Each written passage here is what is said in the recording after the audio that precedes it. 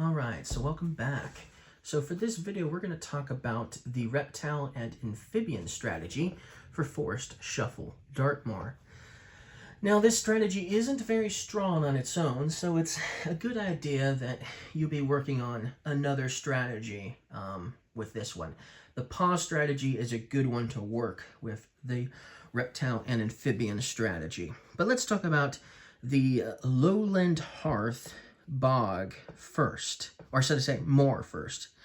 So basically, if you satisfy its binocular ability, its binocular bonus, right, by discarding 2 cards with this leaf on it, what you're going to get to do is you're going to get to play a reptile for free, or an amphibian for free. And then it's worth 2 points for every reptile and amphibian you have, even if you have, the same one. So it works for just every single one you have. So it's a nice card to have, especially if you can play 2 of these, potentially, possibly. That would be a very good one to have. Now, there are some reptiles that are just perfect for playing for free. So, for instance, the warty newt here, it is a good one to play for free because it has no bonus. It doesn't give you a bonus for playing it. You just get victory points, right? And you need to have 3 of these if you want to score the 25. And I have actually done that. I managed to get 3 once in an online game, and I was able to get 25 points for it. But usually I only get 1 or 2. But still, it's a nice card you can play for free, and it's going to help scoring purposes with your lowland heath. So that's a good one to play for free. Another good one, reptile, that you could play for free with this strategy is going to be the adder. Okay, this is another one that isn't going to give you any bonuses for playing it, but it's going to give you points, 1 point for every reptile you have, so another one that's going to score you points for each reptile you have. But it's also going to score you points for each rodent you have as well. And the rodent strategy is also the part of the paw strategy. So while maybe you don't have to necessarily go too heavy on the paw strategy, you might want to go heavy on the rodent strategy just to score the maximum amount of points that you can with this adder, especially if you manage to play more than 1 of them. And that would also help, obviously, with that. And then there is another reptile that would work well to play for free, okay?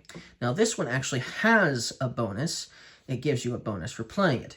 So if you manage to discard 2 cards that have that matching leaf on it, now it could be different leaves, remember, they're not always necessarily going to be the same leaf, but this one, if you discard 2 cards with that matching leaf, you get to take a card from the clearing. Not the best ability in the world, not the best bonus in the world. So if you were able to play a card, a reptile for free, this wouldn't be a bad choice because the bonus isn't like super spectacular. And then the lizard, the common lizard, scores you 5 points if you have it, or if you have at least 3 different species of reptiles and amphibians, you score 15. And that is possible because it includes itself. So you already having this is one of the 3 equation that you need. So you just need 2 more. And here's one, and here's a second one, and here's a third one, and here's a 4th one. There's 5 contenders for there's 5 contenders for the 3 that you need. So that's nice. It gives you some potential easiness of getting the 15 points for it. So the common lizard is another good one that works well with this strategy. And then another card that would work well for playing this strategy is the blueberry. Now, it does not score you points for the amount of reptiles you have. It works with the bird strategy by giving you tons of points for birds. So maybe working on the bird strategy also wouldn't hurt too much with the reptile strategy. But it's going to let you play a reptile for free as well. So we already mentioned that the warty newt is a good one, the common lizard is a good one, and that adder is also a good one to play for free. So that's another one that works pretty well as well. And then another animal that will work well with this strategy is going to be the otter. Okay, so the otter, its bonus is you just get to draw a card. but it's going to be worth 3 points for every reptile you have. That's even more than the lowland harf. This is actually almost better to have than this, but it's not like this is a reptile, this is a paw animal. So these are both good to have regardless of the case for the reptile amphibian strategy. And then there's 2 more cards that we haven't really talked about that would work well with this strategy. The grass snake is a reptile, so that would help because, hey, it's a reptile, and it's worth 5 points, which is nice. Now remember, it's useful, its bonus is letting you get to play a bird. That's another reptile right there, or not another card that works with this strategy that also works well with birds. So if you go this strategy, either the rodent/paw strategy or the bird strategy would be your 2 best options to work in tandem together. Okay, in equality together. You know, you're balanced in both strategies, basically, right? That's kind of the idea. So the grass snake is another good one if you're going the bird route as well as for this strategy.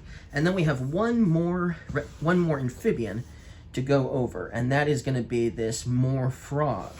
Okay, it's a pretty easy one to satisfy its bonus because you only need to discard 1 card with that type of leaf, depending on which card it is, right? But it's going to let you basically play a card from your hand as a moor. And you're going to want to do this because you see it's worth 8 points if you have at least 5 moors. So you're going to want to have a bunch of moors in order to score the 8 points for this frog. But yes, that's another good one that would work well with this strategy. And that's all of the cards that work well with this strategy that really work with the reptile amphibian strategy. See you guys in the next one.